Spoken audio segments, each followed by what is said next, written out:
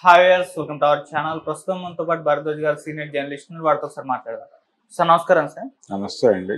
Sir 8 వసంతాలు అనే ఒక cinema వచ్చింది, మంచి టాక్ తో కూడా రన్ అవుతూ ఉంది. అయితే ఈ సినిమా టీం పైన సీనియర్ జర్నలిస్ట్ విఎస్ఎన్ మూర్తి గారు ఎవరైతే ఉన్నారో ఆయన ఫుల్ ఫైర్ అయిపోయారు సార్. నిన్నంతా ప్రెస్ మీట్ లో కూడా ఈ విధంగా ఫైర్ అవుతున్న వీడియోలు కూడా ఇప్పుడు వైరల్ అవుతున్నాయి. అంటే సినిమాలో ఏదో సన్నివేశానికి సంబంధించి బ్రాహ్మణులు ముస్లింలు అది ప్రాపర్ గా చూపించలేదని చెప్పేసి ఫైర్ అయినట్టు తెలుస్తుంది. నేను సినిమా చూడలేదు, ఆ సన్నివేశం నాకు తెలియదు.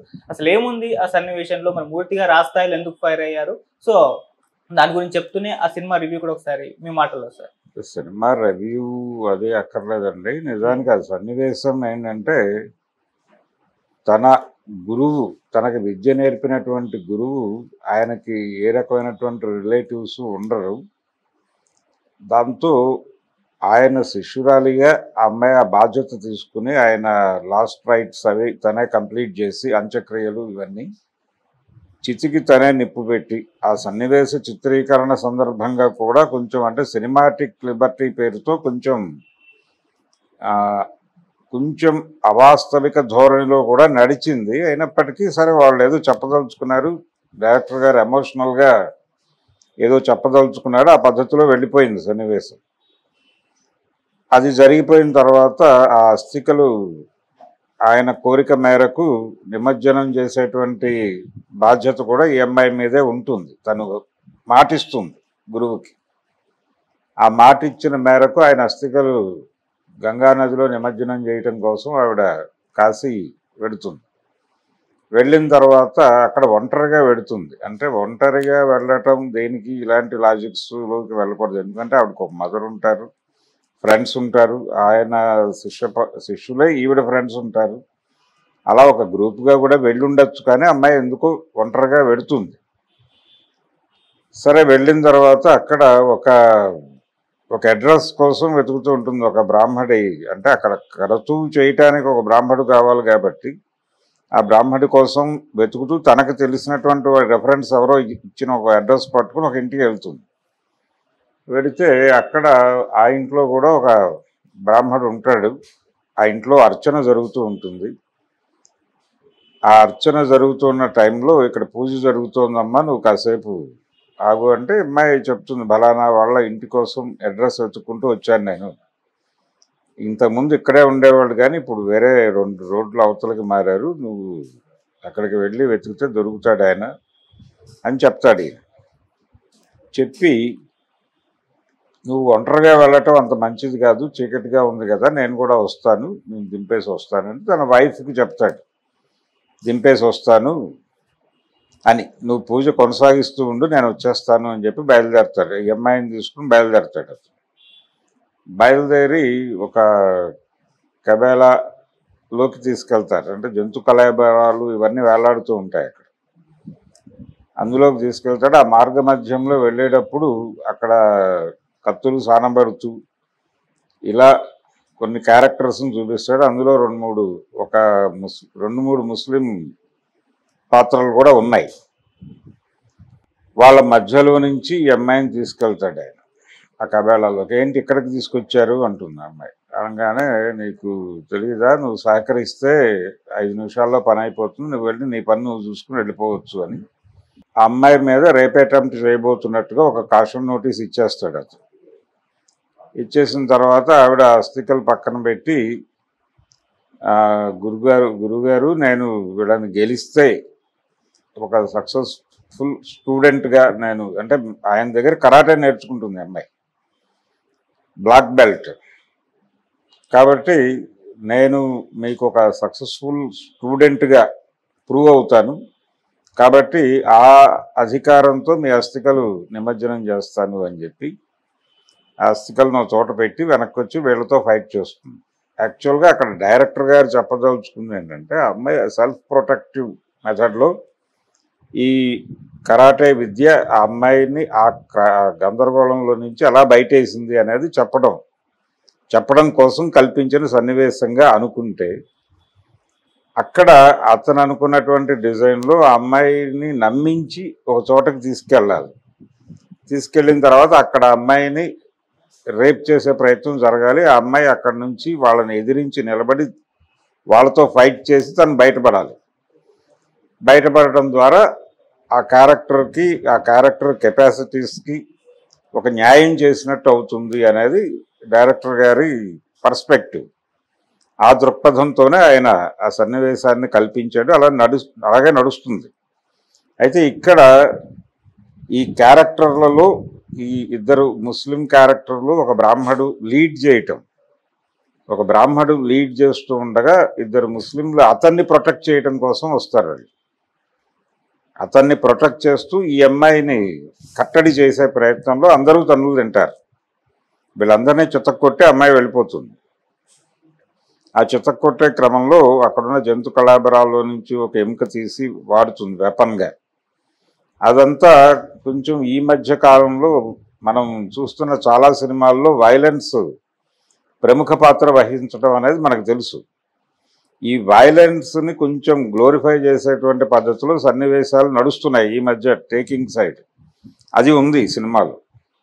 అది ఈ అమ్మాయితో చేయించటం ద్వారా దానికి కొంచెం గ్లామర్ అద్దే ప్రయత్నం కూడా చేశాడు ఆయన డైరెక్టర్ గారు. ఈ ప్రాసెస్లో అక్కడ ఉన్నటువంటి దుర్మార్గమైన పాత్రలు, అంటే దుర్మార్గులలో ఇద్దరు ముస్లింలు ఒక బ్రాహ్మడు ఉండటం, ఈ ఇద్దరు ముస్లింలు ఆ బ్రాహ్మడి నాయకత్వంలో ఉండటం, ఇది సన్నివేశం.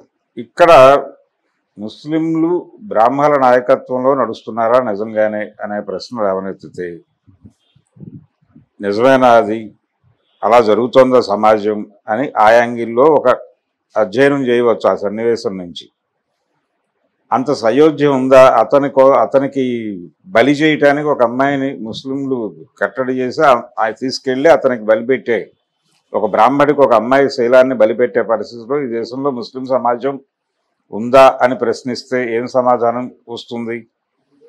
అలాగే ఇక్కడ బ్రాహ్మడు అక్కడ రైజ్ అయిన ప్రశ్న అంటే ప్రెస్ మీట్లో ఆయన రైజ్ చేసిన క్వశ్చను బ్రాహ్మడు రేప్ చేసినట్టుగా చూపించారు, ముస్లింల సహకారంతో చూపించారు సన్నివేశాన్ని. బ్రాహ్మణులు ఎలా కనిపిస్తున్నారు, అదే ఇంకో క్యాస్ట్ని పెట్టండి.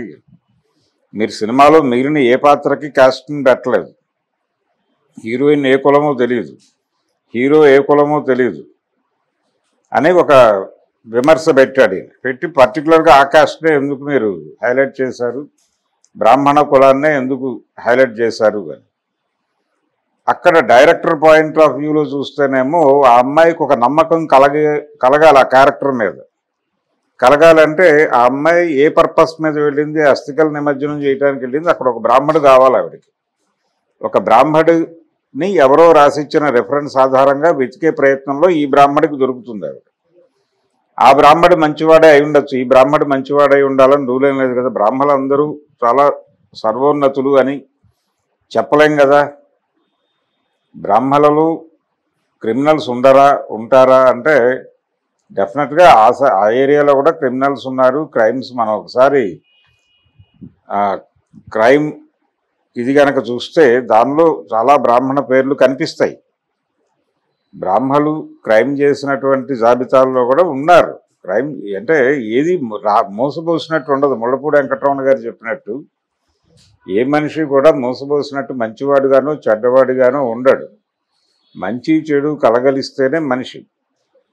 అలాగే ఆయనే చెప్పినట్టుగా మంచితనం చెడ్డతనం అనేది విడివిడిగా రాసులు పోసి ఉండవు. వెంటనే అవకాశాలు కలిసి వచ్చి ఒక మంచివాడు చెడ్డవాడిగా మారిపోవచ్చు, అవకాశాలు రాక ఓ చెడ్డవాడు మంచివాడిగా మిగిలిపోవచ్చు అని చెప్పి రాస్తాడు ఆయన. అలాగా ఇక్కడ కూడా అదే సందర్భం. మంచి వాళ్ళందరూ రాసిపోసి ఒకే కులంలో ఉండరు, చెడ్డవాళ్ళు కూడా ఉంటారు. అలాగే ఆయన లేవనెత్తిన దానిలో ఒక అద్భుతమైన పాయింట్ ఏంటంటే, మూర్తి గారు రైజ్ చేసిన దానిలో సినిమాల్లో పర్టికులర్గా కొన్ని అంటే ఒక ఆహార్యానికి సంబంధించిన వ్యవహారంలోకి వెళ్ళినప్పుడు కొన్ని పాత్రలు ఇది ఫలానా కులం అని అర్థమవుతుంది. అలా అర్థమయ్యేటువంటి కులం బ్రాహ్మణ కులం, అర్థమవటానికి అవకాశం ఉన్న కులం. ఎందుకంటే సినిమాలో ఏదో అర్చన చేయాల్సి ఉంటుంది, లేదు హీరో పౌరోహిత్యం చేస్తాడు. ఇలాంటి సందర్భం తీసుకున్నప్పుడు, ఇప్పుడు అదుర్సు లాంటి సినిమా ఉంది, ఆ సినిమాలో ఒక క్యారెక్టర్ ఒక డిఫరెంట్ నేపథ్యం ఉండాలి అని డైరెక్టర్ అనుకున్నప్పుడు ఒక అగ్రహారాన్ని తీసుకున్నాడు. అగ్రహారాన్ని తీసుకున్నప్పుడు అనివార్యంగా దానికి ఒక ఆహార్యం ఉంటుంది. అగ్రహారికుడు అన్న తర్వాత ఆ ఆహార్యంలోకి వెడితేనే అది డీజే అయినా అదుర్స్ అయినా ఇంకో సినిమా అయినా నడుస్తుంది. కాబట్టి ఆ గెటప్లో వెళ్తారు. ఇలా ఆ గెటప్కి సంబంధించినటువంటి ఒక క్లారిటీ ఉంటుంది కాబట్టి చూడగానే ఇది బ్రాహ్మణ పాత్ర అనేది అర్థమవుతుంది. అది ఆ క్యారెక్టర్ చేసిన అతనిని డయాస్ మీదకి పిలుస్తూ కూడా పంతులు గారు రండి అనేసింది ఆవిడ యాంకర్. అది ఇంకొంచెం ఈయన ఆల్రెడీ ఒక డిఫరెంట్ ఒపీనియన్తో ఉన్నాడు. అంటే డిఫరెంట్ ఒపీనియన్ అంటే నిజానికి కొంచెం సీరియస్గా అటాక్ చేయాలి అనేటువంటి మూడ్లో ఉన్నాడు. ఈయన గాయపడి ఉన్నాడు. ఆ సినిమాలో ఆ సన్నివేశం ఆయన ఎక్కడో గాయపరిచింది. ఆ గాయపడిన హృదయం మాట్లాడాలి అనుకుంటున్న సందర్భంలో ఈ విషయాన్ని రైజ్ చేయాలనుకుంటుండగా ఆ క్యారెక్టర్ చేసినటువంటి వ్యక్తిని స్టేజ్ మీదకి పిలుస్తూ పంతులు గారు రండి అనటం, అది కొంచెం వెటకారం ధ్వనిస్తుంది అలా పిలవటం. ఆ వెటకారం అనేది ఈయన్ని మరింతగా గాయపరిచి దాన్ని కూడా ప్రస్తావించి అంటే సినిమా పాత్రలకి కూడా కులం ఉంటుంది ఖచ్చితంగా. భారతీయ సమాజంలో పుట్టిన ప్రతి ఒక్కడికి కులం అనేది ఖచ్చితంగా ఉండి తీరుతుంది. అది చెప్పడం తప్పేం కాదు. ఈ పాత్ర ఈ కులానికి చెందింది, కులానికి సంబంధించిన నడవడిక దగ్గర నుంచి భిన్నత్వం ఉంటుంది. ఆ భిన్నత్వాన్ని తెర మీద ఆవిష్కరించాలంటే ఏ పాత్ర ఏ కులానికి చెందిందో చెప్పడం మంచిది. కానీ ముసుగేసి చెప్తాం మనం, ఆ కల్చర్ కరెక్ట్ కాదు. ఉన్న విషయాన్ని దాచిపెట్టి చెప్పడం అనేది సభ్యత కాదు. ఉదాహరణకి కె విశ్వనాథ్ గారి స్వయం కృషి అనే సినిమాలో చిరంజీవి గారు పోషించింది మాదిగ పాత్ర.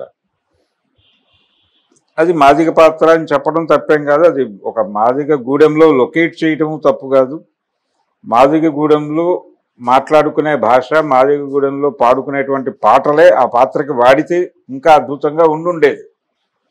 కానీ ఆ పాత్ర అలా బిహేవ్ చేయదు. ఆ పాత్ర ఆ పాటలు పాడదు, బ్రాహ్మణ పాటలు పాడుతుంది. సుందరమూర్తికి చేలములు అని పాడుతుంది. ఇలాంటి పదాలు అక్కడ ఆ ఏరియాలో దొరలవు. అవి అగ్రహారంలో దొరికే పదాలన్నీ అక్కడ దొరుకుతాయి. ఎందుకంటే డైరెక్టర్ గారికి ఆ జీవితం తెలుసు కానీ ఈ జీవితం తెలియదు. ఓకే, అలా నడిపేసి అంటే కులం అనే రియాలిటీని పట్టించుకోకపోతే పైగా కుట్రపూరితంగా దాచిపెట్టే ప్రయత్నం కూడా చేసింది. భారతీయ సినిమా, తెలుగు సినిమా పర్టికులర్గా కులాన్ని దాచిపెట్టే ప్రయత్నం చాలా స్పష్టంగా చేసింది. అది తప్పు. దానికి ఖచ్చితంగా క్షమాపణ చెప్పు తీరాలి సినిమా పరిశ్రమ, సమాజానికి. ఒక మంచి రోజులు వచ్చాయనో సినిమా తీశాడు వి మధుసూదన్ రావు గారు. అది తమిళ నుంచి రీమేక్. తమిళ్లో శివాజీ చేసిన క్యారెక్టర్ ఇక్కడ నాగేశ్వరరావు గారు చేశాడు. అందులో ఒక దళితుడికి ఒక అగ్రకులానికి చెందిన భూస్వామికి, ఈ దేశంలో భూములన్నీ అగ్రకులాల చేతుల్లో ఉన్నాయి, కింది కులాలు కూలీ కులాలుగానే మిగిలి ఉన్నాయి అనేది వాస్తవం. అందులో ఎవరికైనా కొంత భూమి ఉన్న వాళ్ళు ఉండొచ్చు అందులో, కానీ వేళ్ల మీద లెక్కించదగినటువంటి వాళ్ళే.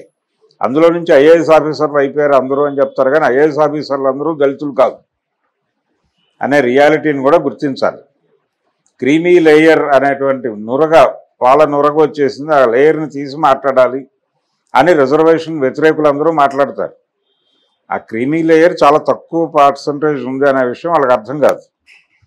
కాబట్టి ఇక్కడ కూడా ఈ సినిమాలో, ఈ మంచి రోజులు వచ్చాయనే సినిమాలో, అక్కడ కాన్ఫ్లిక్ట్ ఒక కూలీ కులానికి చెందినటువంటి వాడికి, ఒక భూస్వామ్య కులానికి చెందినటువంటి వాడికి మధ్య వైరం. అది తమిళ సినిమాలో కొంత వాస్తవంగా చూపించే ప్రయత్నం జరుగుతుంది. కానీ తెలుగు సినిమాకి వచ్చేసరికి ఒకే కులంలో ఉన్న డబ్బు లేని వాడికి, డబ్బులున్న వాడికి మధ్య వైరంగా మార్చాడు దాన్ని మధుసూదన్ రావు గారు. అంటే కులాన్ని వర్గంగా మార్చి అది వర్గ పోరాటం తప్ప కుల పోరాటం కాదు అని చెప్పడం కోసం ఒక ఆదర్శవాదాన్ని చొప్పించి ఒక డ్రామా నడిపాడు ఆయన. అది తప్పే. కులం చెప్పకపోవటం అనేది ఖచ్చితంగా తప్పే. భారత సమాజంలో రియాలిటీ, ఒక వాస్తవికతని మరుగున పరిచే ప్రయత్నం చేయటం ఖచ్చితంగా తప్పే. దానికి సినిమా పరిశ్రమ మీద ఆ రకమైన విమర్శ మెయిన్ స్ట్రీమ్లో మూర్తి గారు లాంటి వాడు చేయటం చాలా బాగుంది. ఇన్ ది సేమ్ టైం మంచి చెడులు, కొన్ని కులాల్లో అందరూ మంచివాళ్ళు, కొన్ని కులాల్లో అందరూ దుర్మార్గులు ఉంటారని స్పెసిఫై చేయటం, ఇది ఇంకో దుర్మార్గమైన స్టేట్మెంట్. ఆల్రెడీ ఇప్పటికే భారతీయ జైళ్లలో కులగణన తీస్తే, జైళ్లకు వెళ్ళి కులగణన తీస్తే అక్కడ మెజారిటీ దళితులే ఉంటారు, మైనారిటీలు ఉంటారు. ఎందుకు మైనారిటీలు? ఆయన చెప్పిన పద్ధతిలోనే మైనారిటీలు. అలాగే దళితులు ఎక్కువ ఎందుకు ఉంటారు అంటే, వాళ్ళు మాత్రమే నేరాలు చేస్తారా? మిగిలిన కులాల్లో ఎవరు నేరాలు చేయరా? వీళ్ళందరూ పవిత్రులు, వాళ్ళు మాత్రమే నేరాలు చేసేవాళ్ళు అంటే, నేరం చేసి తప్పించుకునే అవకాశం తెలియని వాళ్ళు, చేతకాని వాళ్ళు, అసలు ఆ జ్ఞానమే లేని వాళ్ళు.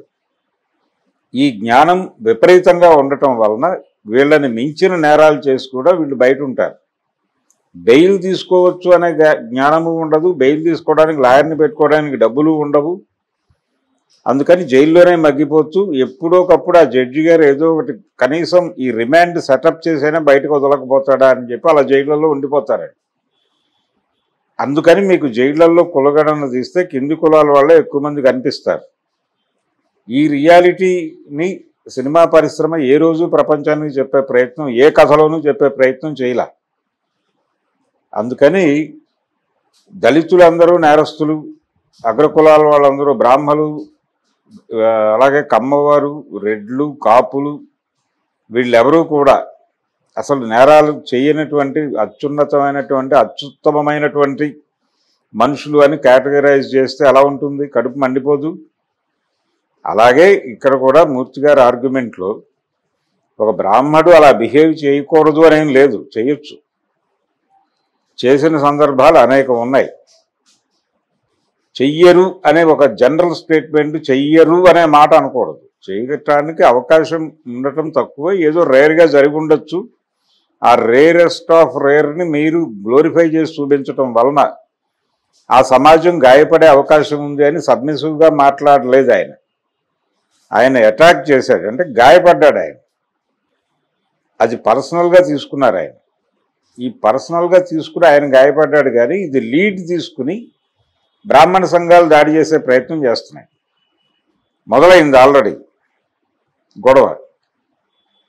ఇటీవల భక్త కన్నప్ప అనే సినిమా రాబోతోంది రేపు నెక్స్ట్ వీక్. దానిలో పిలక గిలక అని 2 పాత్రలకు పేర్లు పెట్టారు అనేది ఒక ఇష్యూ. ఆల్రెడీ వాళ్ళు కోర్టుకు వెళ్ళారు. ఆగస్టు 1వ తారీఖు ఏదో వాయిదా వేశారు. అదే ఒకటి నడుస్తోంది. ఈ నడుస్తున్న టైంలో అంటే సినిమాల్లో బ్రాహ్మణ పాత్రల్ని లేఖిగా చూపిస్తున్నారు, హాస్యానికి వాడుకుంటున్నారు, అపహాస్యం చేస్తున్నారు అనేటువంటి ఒక అభిప్రాయం చాలా మందిలో ఉండింది. ఇప్పుడు క్రిమినల్స్గా చూపిస్తున్నారు అనేటువంటి ఒక కొత్త యాంగిల్ని ఈయన రైజ్ చేశాడు. ఈ రైజ్ చేసినటువంటి పాయింట్ అక్కడ వెకిలిగా చూపించడం అనేది, మీరు స్పెసిఫిక్గా కులం అనేది బ్రాహ్మణులకు మాత్రమే వచ్చేస్తుంది. ఎందుకంటే వాళ్ళ గెటప్లో అది ఉంటుంది కాబట్టి. మిగిలిన వాళ్ళకి ఆ గెటప్లు ఉండవు. ఒక 5గురిని చూపిస్తే 5గురిని ఇమ్మీడియట్గా చూసి వారి బిహేవియర్, వారితో ట్రావెల్ అయితే తప్ప కులం ఏంటో అర్థం కాదు. అందుకని చూడగానే గుర్తుపట్టేటువంటి కులం బ్రాహ్మణ. అలాగే చెప్పులు కుట్టేవాడు, అది కనిపిస్తూనే ఉంటుంది, చాకలికి కనిపిస్తూనే ఉంటుంది వృత్తి.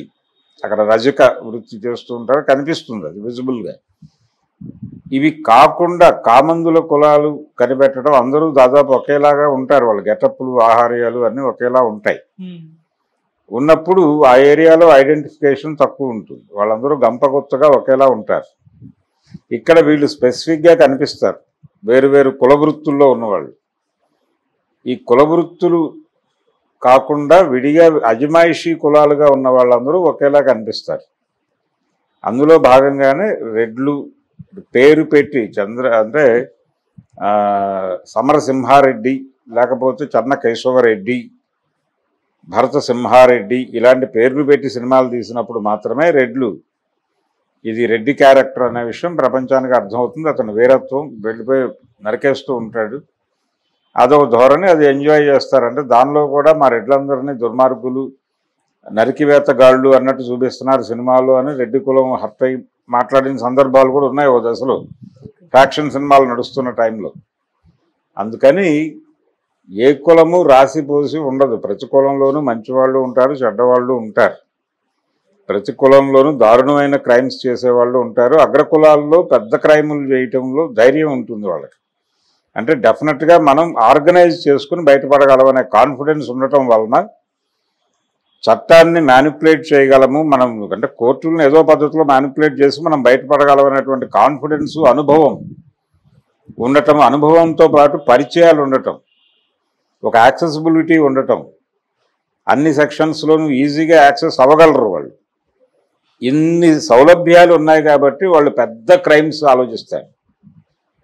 50 రూపాయలు దొంగతనం చేయటం లాంటి చిల్లర దొంగతనాల గురించి వాళ్ళు ఆలోచించరు. అందుకనే మళ్ళీ ముళ్ళపూడి వెంకటరమణ గారే ఒక చోట అన్నట్టు, పెద్ద నేరాలు చేసేటప్పుడు పెద్ద కులాల వాళ్ళకు ఉండే ధైర్యం చిన్న కులాల వాళ్ళకు ఉండదు అని చోట రాశాడు ఆయన. అది వాస్తవం.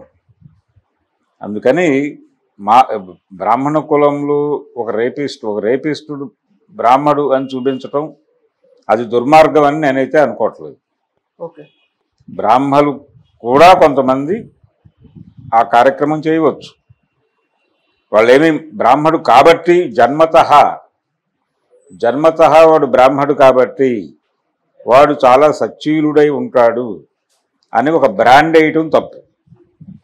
ఆ బ్రాండ్ మాటున వాళ్ళు చేసే దుర్మార్గాలన్నింటినీ దాచిపెట్టాలి ప్రయత్నించడం కూడా నేరమే అవుతుంది.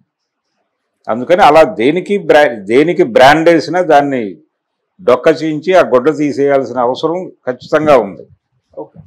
అందుకని మూర్తి గారి వాదనలో బ్రాహ్మణ పాత్రని విలన్గా చూపించారు అనటం కరెక్ట్ కాదు. అది బ్రాహ్మణ్ణి రేపిస్ట్గా చూపించారు అనే మాట కరెక్ట్ కాదు. బ్రాహ్మణులు రేపిస్టులు కాదా? రేప్ కేసులు నమోదైనటువంటి బ్రాహ్మణులు లేరా? ఒకసారి వెళ్ళి వెరిఫై చేస్తే రికార్డులు, అధికారికంగా డేటా కూడా తీసుకుని మాట్లాడచ్చు దాని మీద. భార్యల్ని చంపేసిన భర్తలు ఎంతమంది లేరు బ్రాహ్మణ కులంలో? కిరసనాయిలు పోసి ఇంట్లో తగలబెట్టిన బ్రాహ్మణులు లేరా? ఏదో టెక్నికల్ ప్రాబ్లం వచ్చి చాలా తెలివిగా ప్లాన్ చేసి కారుని తీసుకెళ్లి కాలువలోకి తోసేసి భార్యని వదిలించుకున్నటువంటి భర్తలు లేరా? ఇది ఒక నమోదైన కేసే విజయవాడలోనే. కావాలంటే దానికి సంబంధించిన డీటెయిల్స్ ఇవ్వగలం. అంచేత ఒక కాలేజీ లెక్చరర్ అతను, ఇలాంటి సంఘటనలు వందలు వేలు ఉన్నాయి ప్రపంచంలో. అందుకని ఫలానా కులం వారు సచ్చీలురు, ఫలానా కులం వారు నేరస్తులు, ఇలాంటి బ్రాండింగ్ గొడవ ఆర్గ్యుమెంట్ రూపంలో చేయటం అనేది అది ఒక రకంగా కుల ఆభిజాత్య ధోరణికి అద్దం పడుతుంది తప్ప మరొకటి కాదు. రెండోది, సినిమా పాత్రలకి కులం లేకుండా చూపించడం అనేది ఖచ్చితంగా తప్పే. ఆయన లేవనెత్తిన పాయింట్, సినిమా పాత్రలకి కులాలు చెప్పడం తప్పేమీ కాదు, చెప్పడం అవసరం కూడా. చెప్పినప్పుడు ఈ కులం కాబట్టి ఇది ఇలా బిహేవ్ చేస్తుంది అనేది, ఇలా బిహేవ్ చేసే ఛాన్స్ ఉంది అనేది ఒక బిలీవబిలిటీ ఉంటుంది జనాలకు.